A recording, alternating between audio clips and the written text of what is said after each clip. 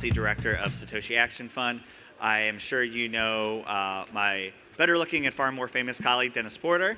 You heard him on podcasts, see him MC. I am the person that writes the policy, goes and talks to the policymakers, and if you subscribe to our Proof of Work newsletter, which I highly recommend you do so you know what's going on with Satoshi Action Fund, I am the person that writes that as well. So I'm really excited for this panel. We have some great folks, both in the nonprofit sector and the folks who actually work in government, who are advocating for your rights every day to make America the #1 place to mine and transact in Bitcoin. And so I'm going to give a quick introduction. Why don't we start with, I think, our most exciting panelist, because we just brought him on. We have John Collins, who is now a director or a senior fellow at Satoshi Action Fund, working on our banking policy, which we'll be talking about a little bit later. But John is a veteran of the digital asset industry, serving as the head of policy for Coinbase as one of their earliest employees. Before turning his attention to the banking sector, he was a senior advisor at FS Vector, a fintech advisory firm that he helped found in 2018. And he, like I said, he is recently a fellow for Satoshi Action Fund. Next, we have Richard Jackson. Mr. Jackson has a distinguished career in public service. He served for 9 years in the Marine Corps and is recently a liaison for the Office of the Department of Defense Innovation Unit. And since February of this year, he has served as the Deputy Attorney General for Cybersecurity, Technology, Digital Assets for the fine state of Oklahoma. Next, we have Jason Holloway, everybody's favorite native son down here in the fine state of Florida. He is the Director of Blockchain and Crypto at the Florida Office of Financial Regulation. He's a graduate of the University of Florida, go Gator, and got his Bachelor in Political Science and a Master's in Digital Currencies. And he currently serves as a member of the he has served as a member of the Florida Blockchain think tank, as well as a Chief of Staff for the Florida Senate. We now have the man who needs no introduction, but I will give him one anyway. Dennis Porter is the founder and CEO of Satoshi Action Fund and Satoshi Action Education. We are a nonprofit that advocates for Bitcoin and Bitcoin mining. If you have not stopped by our booth to learn about what we're doing, please do. You can see our model policy, meet our great volunteers, or Dennis and I are over there, and also get an opportunity to get on our yacht later tonight if you had not bought a ticket. So there's a really fun opportunity there. Last, and certainly not least, we have Taras, who is the Sunnyside Digital founder and CEO. He has extensive global experience in digital mining, fintech, and capital markets. Additionally, he works with the Bitcoin Mining Council as a lead analyst and does ongoing surveys for sustainability of the Bitcoin mining industry. We're going to talk to him a little bit later about how important that data is in the public policy process. So to kick us off, do you want me to sit?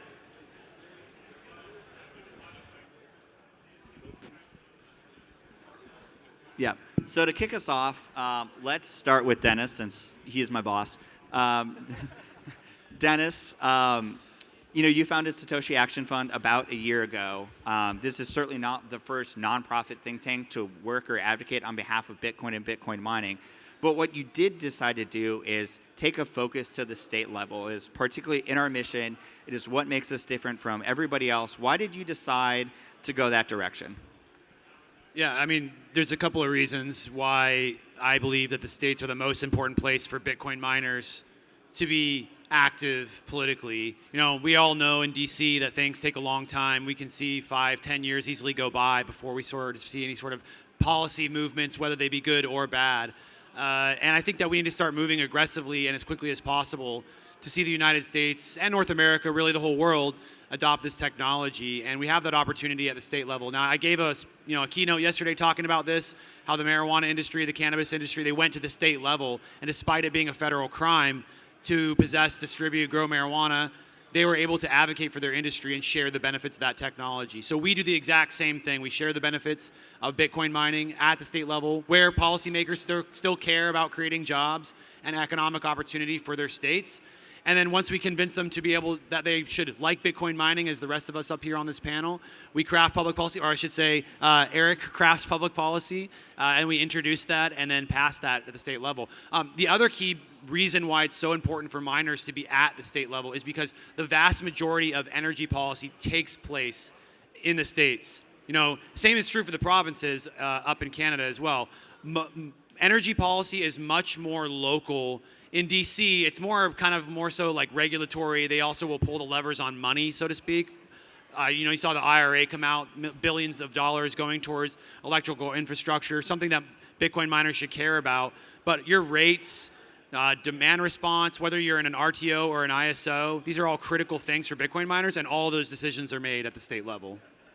Yeah, I've been talking to many of you at our booth, hearing stories about dealing with energy companies, jacking up your rates or having trouble getting slow walked. And all of that stuff really does take place at the state level. So if you have more stories to share about that, please let us know. And I think, as Dennis said, and a lot of folks said at the great last panel, that local jobs remains incredibly important. You go to talk to a congressman, and 1,000 jobs might not be a lot, but for localities, it can be, life-changing. So let's go to John. So John, you are one of the earliest crypto veterans we have. You were the, I believe, head of regulatory affairs for Coinbase when you were going around state to state trying to get a money transmission license so people could go on your platform and buy Bitcoin. What were those early conversations like? What was, when you went to a state, regulator, we're going to talk to some regulators later, or talk to a state lawmaker, what did they look at you? Like, what were their questions about this industry? Yeah, that's a good question. It's very different, obviously, than it is today. I think if I had an hour-long meeting with really any regulator or policymaker, but especially like a state legislator or bank commissioner, if I had an hour-long meeting, 45 minutes at least was just trying to explain what blockchain was, what Bitcoin was, 10 minutes maybe about sort of what Coinbase was, and then 5 minutes about what we actually were looking to do. That's very different now. I think for the most part, people kind of get the larger contours of blockchain. But people also have a lot of preconceptions, right? Which is kind of the work that you guys do and others on this panel do. But at that time, we were just trying to get money transmission licenses to open up at states, right? Can you tell why you needed a money transmission license? Sure. So at that time, and still today, money transmission licenses are required to be a money service business, which Coinbase, which was operating a brokerage and not even an exchange at that time, needed to have to operate in individual states. So almost every single state, spare like maybe one or two now, don't require money transmission licenses. So most of them do. So we were trying to operate in those states, and we couldn't serve those customers unless we had those licenses. So most states would say, yeah, we can include your business under what we already have established for folks like Western Union or other money transmitters. Other states were like, can you come in and explain exactly what this means? And then states like New York were like, no, thank you. We're going to create a whole new bespoke regime for you at the state level.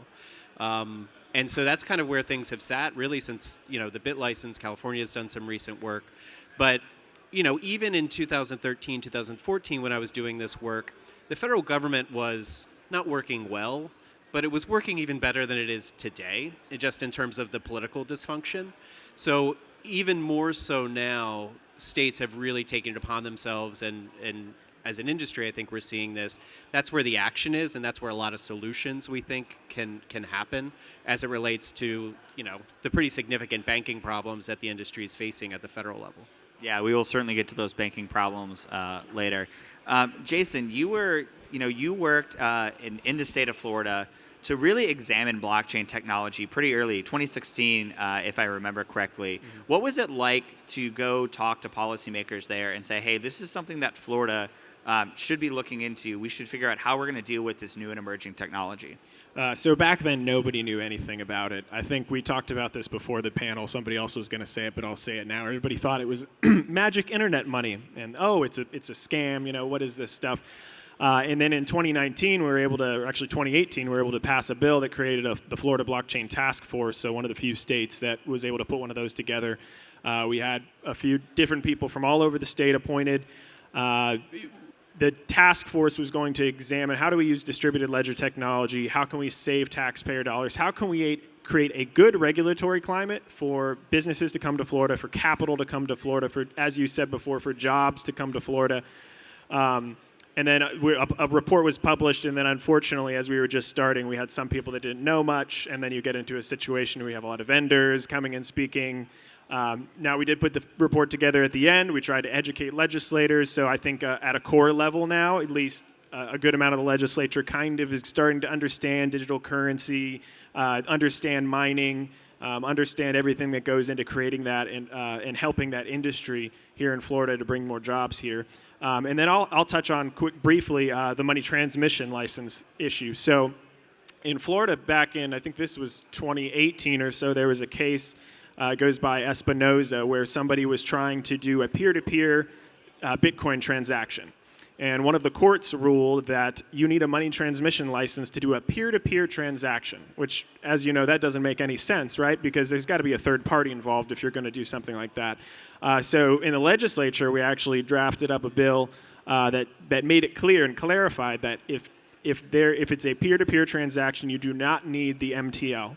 So if you own a Bitcoin ATM or you're one of those companies here in Florida, you obviously still need to register with FinCEN, but you do not have to register. You can reach out to our Office of Financial Regulation and get a statement that says you do not have to have the money transmission license if you own all of the Bitcoin or other crypto that you're selling to somebody. So that's opened up a lot of businesses have come here. Now, you've seen some try to get around it, and then they would put an order on an exchange after the fact, but it's not that. You've got to own all the crypto first.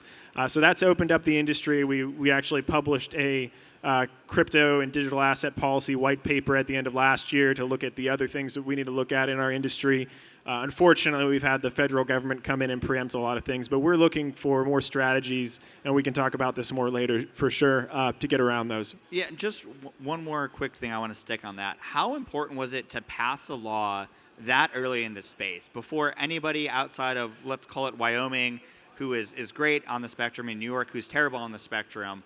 What kind of signal did it send to the industry that people in Florida were trying to solve a problem that existed with a growing segment of a business and a technology in your state? So that set a huge precedent. I think there was a combination of that and a combination of Mayor Suarez down here in Miami actually on Twitter, which sounds kind of crazy, right? But just letting people know in the public, in the space, in the mining industry, in the the startup industry, there's some good companies that did initial coin offerings and actually came out with products, and so a lot of those companies ended up coming here, and we did get a lot of jobs here in Miami. We even had traditional finance companies that ended up getting into the crypto space came down from New York over the past couple of years.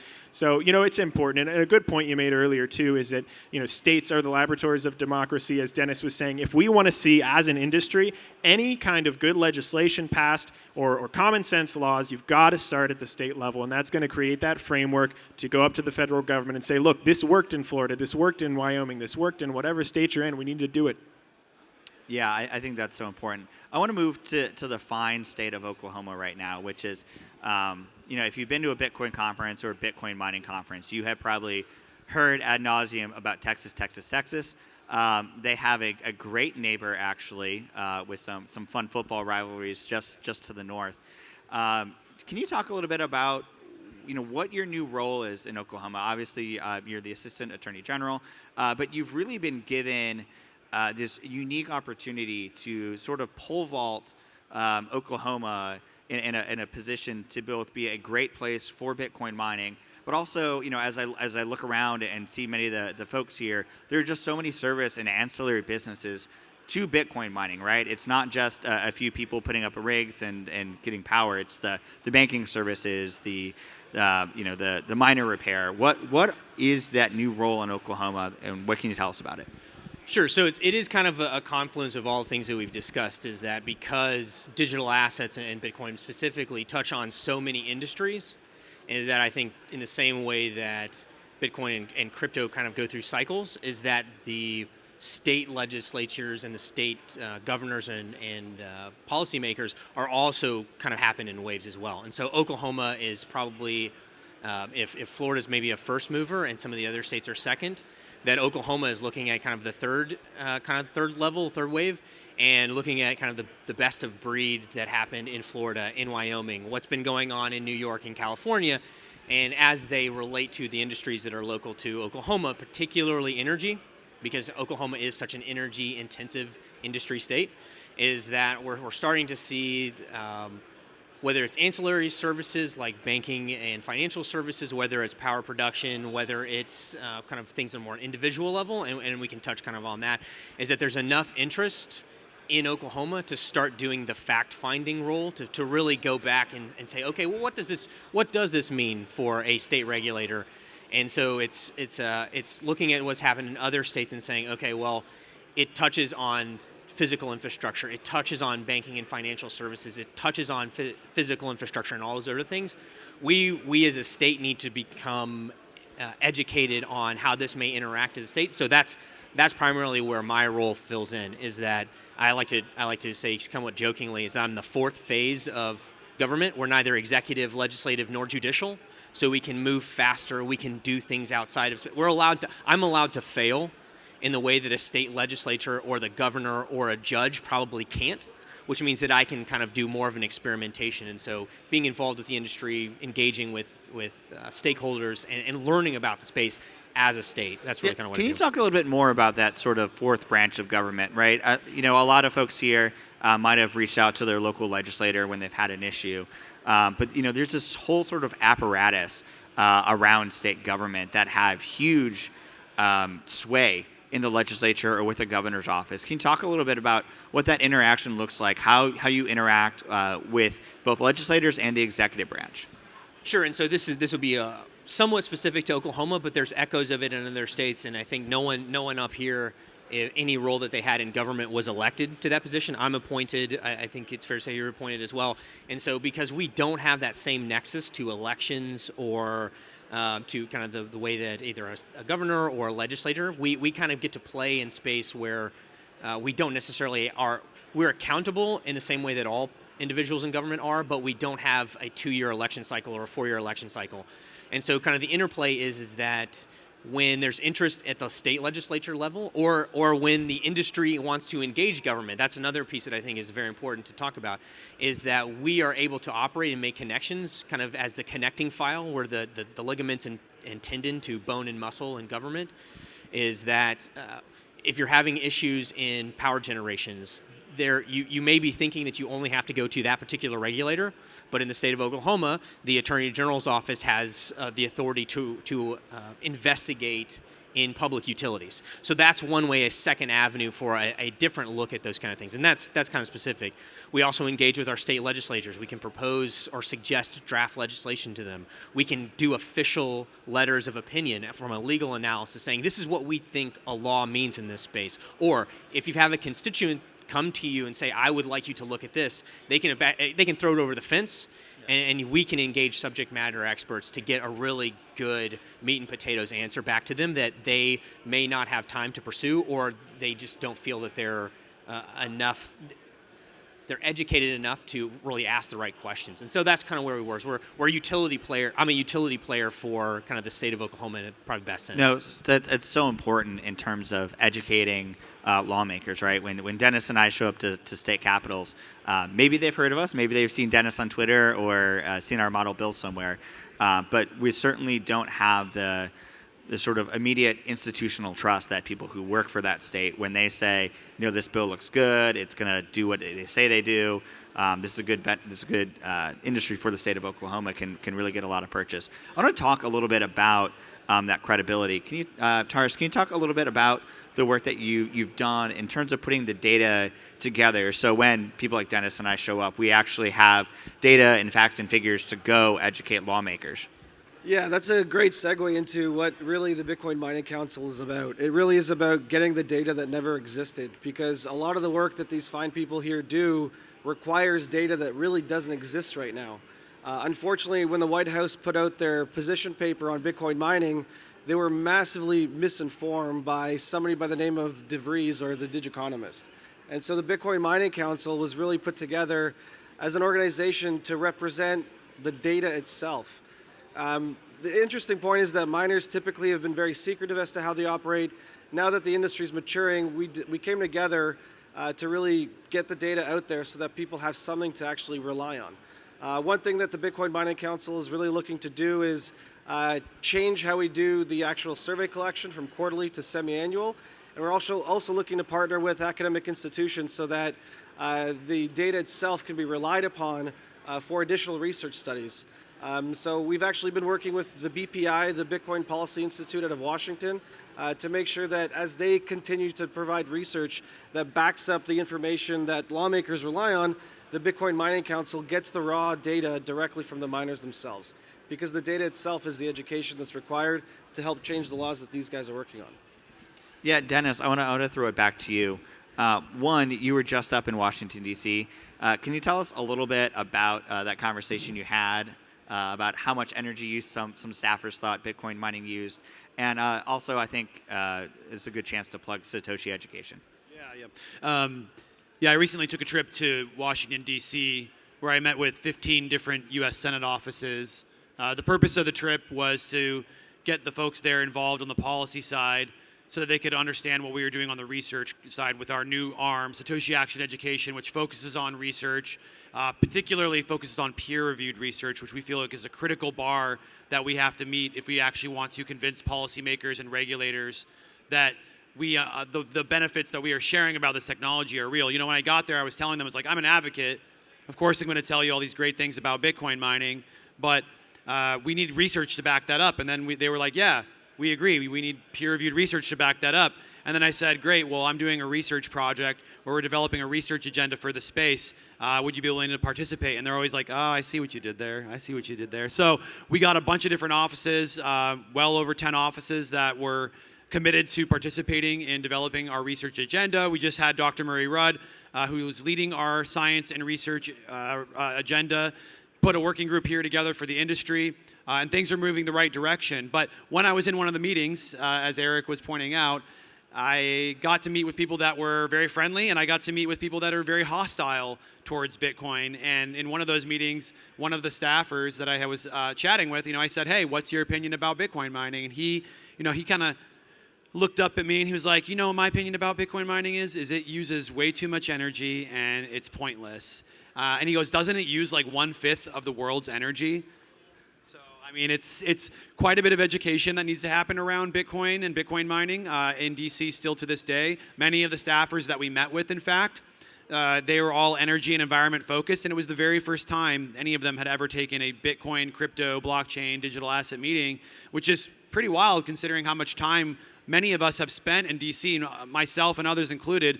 Many of these staffers had never taken a meeting to talk about Bitcoin mining and the benefits that it has to offer, grid benefits, environmental benefits. They'd never heard these things before. So I was glad to be there and glad to get the participation, but also was a little shocked on how much energy they thought Bitcoin mining used. Yeah, I think that makes a really good point. When we deal with various committees when we're going to the States, often people think this is going to finance. Obviously, there's some big bills up in Washington, D.C. right now. I wish them the best of luck. But, we're at a Bitcoin mining conference, right? This is an important energy, part of America's energy future, whether it's, grid stability, demand response, cleaning up orphaned oil wells, methane mitigation. So talking to those folks is incredibly important. Jason, I want to talk a little bit about your current role. Where do you think, can you talk a little bit about where you think the state of Florida is headed and what your kind of role is there? And if you could wave a magic wand and Governor DeSantis would sign something in tomorrow to make Florida leader on digital assets, what would you want that to be? Oh, that last question's going to be a tough one. But let me start with what we actually did this last year. So it's kind of different than what every other state's done. So we were able to pass a bill that banned the use of central bank digital currencies. So now we know there can be good ones and there can be bad ones. There's a way to do them in a decentralized, anonymous manner, but what we were seeing from the international level was that wasn't happening, right? So we were able to do that, but then going into that issue is also something called Article 12, which creates a framework for digital assets. And so we may be looking at that coming up this next year because there is no real legal framework. And so we've seen a lot of these exchanges, let's say when they go bankrupt and you lose all your assets.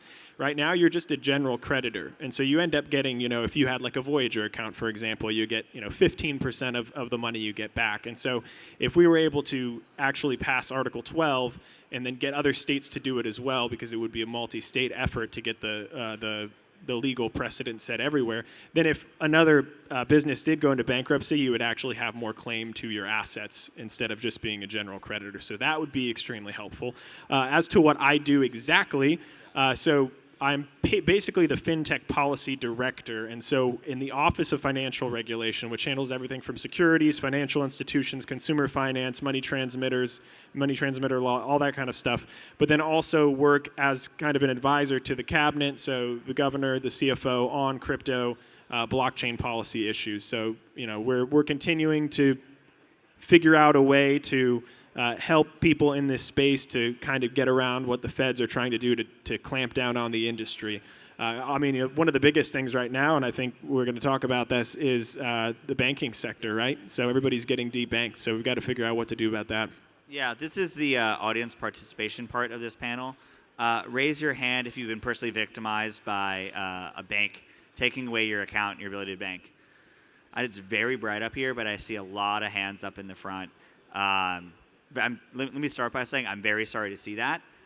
This is absolutely something that should not be happening to our industry, but sadly is. John, you've worked both in the digital asset space and the banking space. Can you talk a little bit about maybe why you think this is happening, and then why are you at Satoshi Action Fund? What possible solutions do we think the states might offer to the issues that are befalling the fine people in our audience? Yeah, those are two very good questions. The first answer, I think, look, it comes down to politics, right? It comes down to the fear of regulators of getting something wrong or something blowing up, and then that's in their faces. So the easiest thing to do as a politician or regulator is just do nothing, because then nothing can go wrong.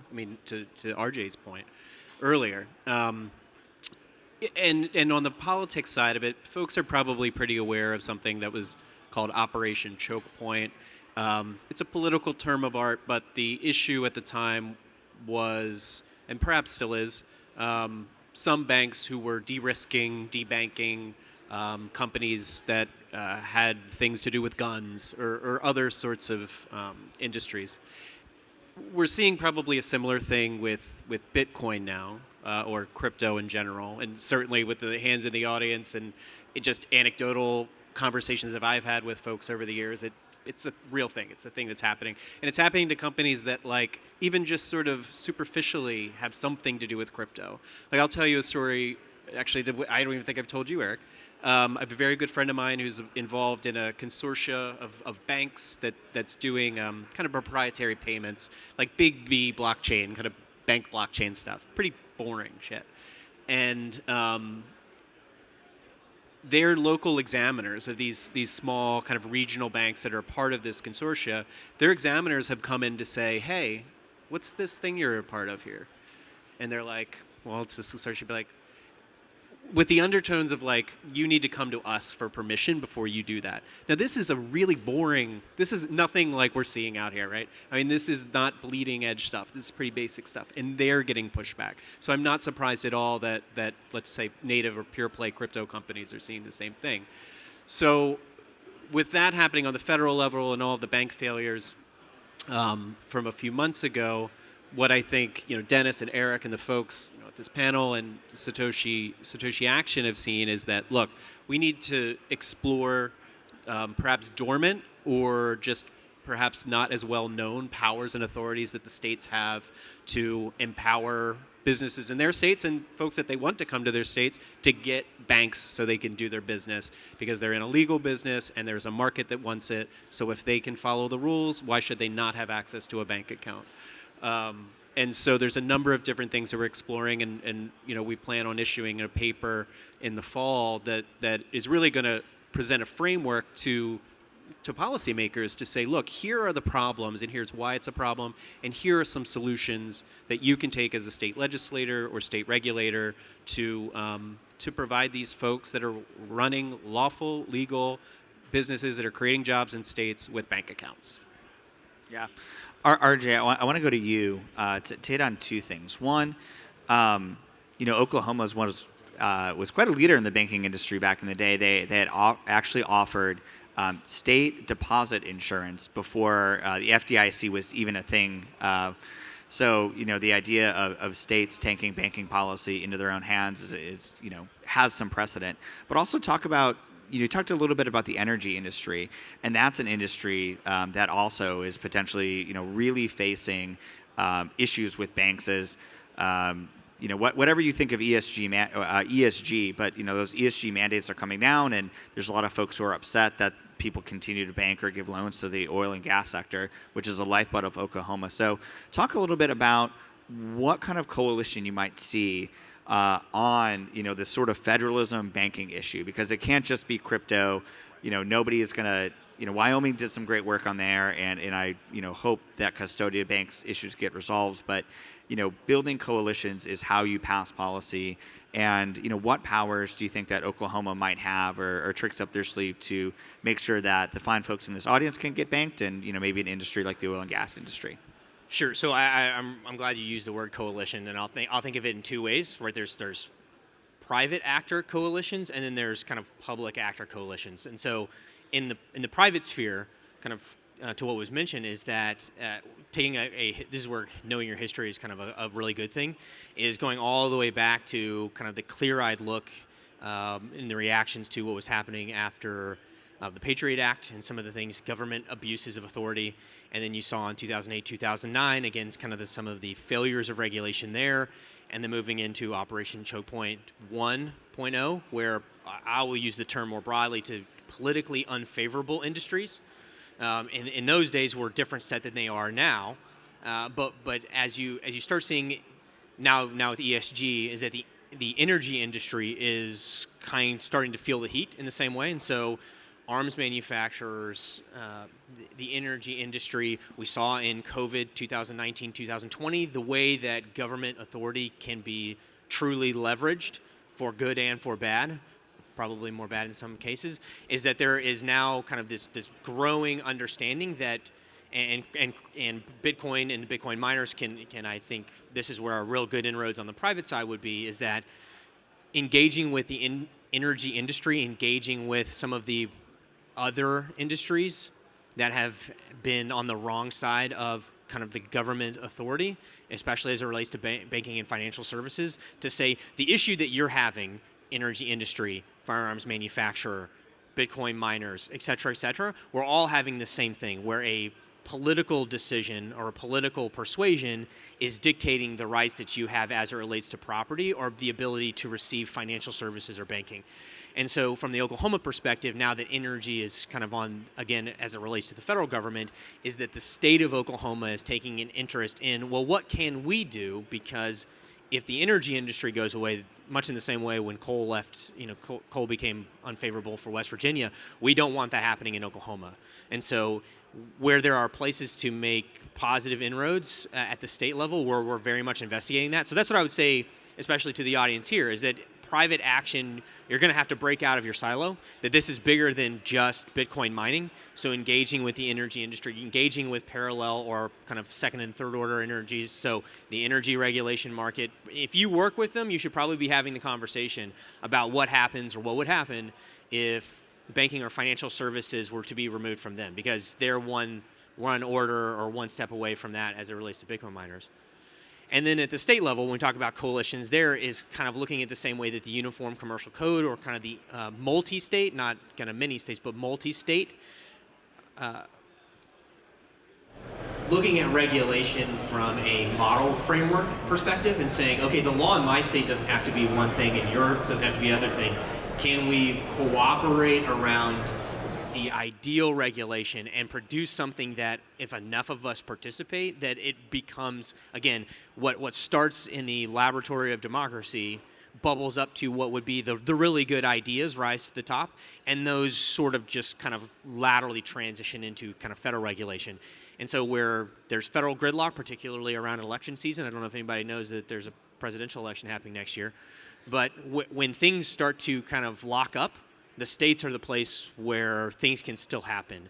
And so at the state level, Oklahoma, Texas, Florida, Wyoming, is that now there's some of that kind of interstate, multi-state connection happening where we're going, well, I'm being affected by some of the things happening at the federal level. You're being affected. Maybe we should start a coalition to start investigating these issues and seeing really what we can do in kind of the federalism space. Yeah, Jason, I want to talk about Florida. I mean, Florida is a state with a GDP the size of Mexico. It's looked to as a leader. And talk a little bit about how the things that you've done in Florida, the conversations that you have with your peers when you go to conferences who are working in blockchain in North Carolina or Wyoming or Texas or Oklahoma, how do those ideas get around, and how do you get states moving in the right direction on these issues? So a lot of it comes down to more than the governments, the actual business organizations and groups like Satoshi Action Fund. We have the Florida Blockchain Business Association in Florida too. And so that brings together people from all disparate industries within the DLT space, which gives us much more power, much more influence, and much more ability to talk to legislators, to talk to the governor. I mean, we've got people from the Bitcoin ATM space. We've got people that literally just use blockchain. They're like a construction company, but they use blockchain, and they talk about it. And having those conversations is how we've got people most educated, and we have been able to pass the most good legislation. For example, we had a meeting this last year with some people in one of the, I won't say exactly leadership offices, and some of the staff were skeptical of anything that had to do with crypto or blockchain. And then once we went around and we introduced everybody from the industry, because we had companies, blockchain analytics companies, we had anything under the sun, and they go, oh, you guys aren't just making a bunch of meme coins and selling them. And one of the gentlemen says, I thought this industry was all scams until you guys came up here and talked to us. And that's why we can't be afraid to go up and talk to our legislators, to have these conversations, to get groups involved that talk to people for us as well if we can't make it. It's so important. That's how we're really going to get that grassroots. And you can make a huge difference because there's not a lot of people up there talking. Everybody likes to talk about it, but not a lot of people go up there. And that's what we need to do. And that's how Florida's been a leader, by engaging the industry. We just have to continue to do that, and we can fight some of this federal overreach. Yeah, I mean, I think that last point is so important. The state level is really the place for you guys to make your voice heard. If you guys, again, create 20 jobs, pay a few $100,000 in taxes to your municipality, talk to your mayors. They'll come up with you and talk about how important your business is. And these things can really make a large difference because, again, they're mostly getting their news about Bitcoin or Bitcoin mining from the news. And their opportunity to talk to them is just so much greater. And often if you go online, you can find the cell phone number of your elected representative. So we got a little more than 10 minutes left. So I want to kind of go down the line and start with Taras. I'm going to ask the same question. If you could have a magic wand and you had a state to pass a policy that would help your business, or you would think would help the Bitcoin and Bitcoin mining industry, what's a real issue that you think the states could solve to make sure that America stays a leader in this technology? Well, I think the regulation that should be accepted by the states is that Bitcoin should be accepted as a digital asset that anybody can transact in. That it should be integrated in the existing infrastructure with the MSBs and the CDIC. And I mean, we already have most of what's needed as long as the legislation's passed to integrate it. It's happening every day, and the great work that these folks are doing is really going to make sure that the sector keeps growing. That's really my response at this point. Same question. There's a lot of different policy that we work on. We have our right to mine bill that we passed in Montana and Arkansas, and we came razor close in Missouri, about as close as you can come. We'll be back, though, and we'll be passing it in this year in 2024. And we're going to be doing that across the rest of the country.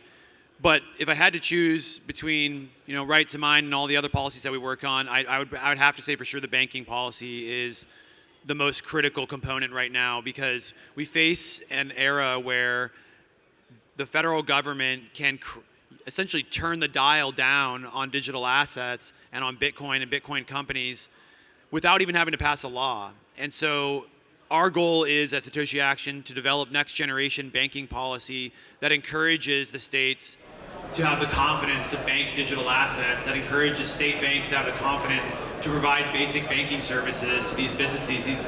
And these are American companies.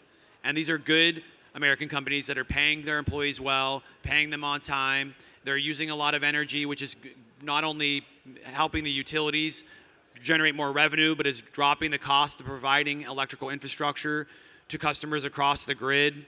It is also balancing the grid. It's also cleaning up the environment. It has all these incredible benefits that it has to offer, and yet we're essentially rug pulling them out of the financial sector. So coming up with next generation banking policy that allows digital assets, particularly Bitcoin and Bitcoin mining companies, because that's our focus, to have these basic banking services and know that they're not going to have to worry about whether they can pay their electrical bill next month is going to be critical for the United States as we adopt this technology, because other countries are going to be watching what we're doing and going, wow, they're just going to fumble this.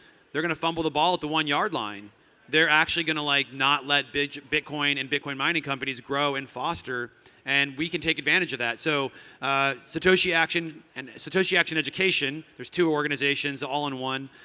We are focused on developing this next generation banking policy with the help of John and with hopefully the help with RJ and Jason as well as we move. We want to do some stuff in Florida and Oklahoma so that we can ensure that this industry can continue to grow and thrive in this country.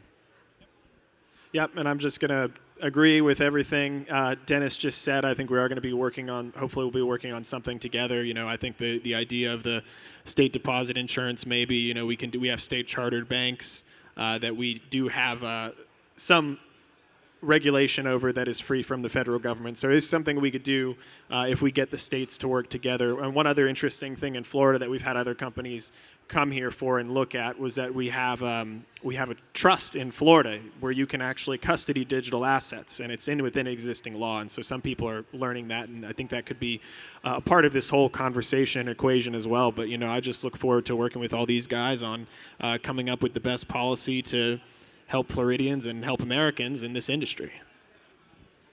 So I'll answer your question by kind of dodging it, and to tie a bow kind of on the whole thing. So again, new role, kind of what are we doing in Oklahoma that's maybe not different, but something that we're doing is have established the Digital Asset Working Group, Attorney General's Digital Asset Working Group, to walk through some of these issues and to learn from the state level, kind of from the industry experts and different perspectives, how to best make good law, good regulation.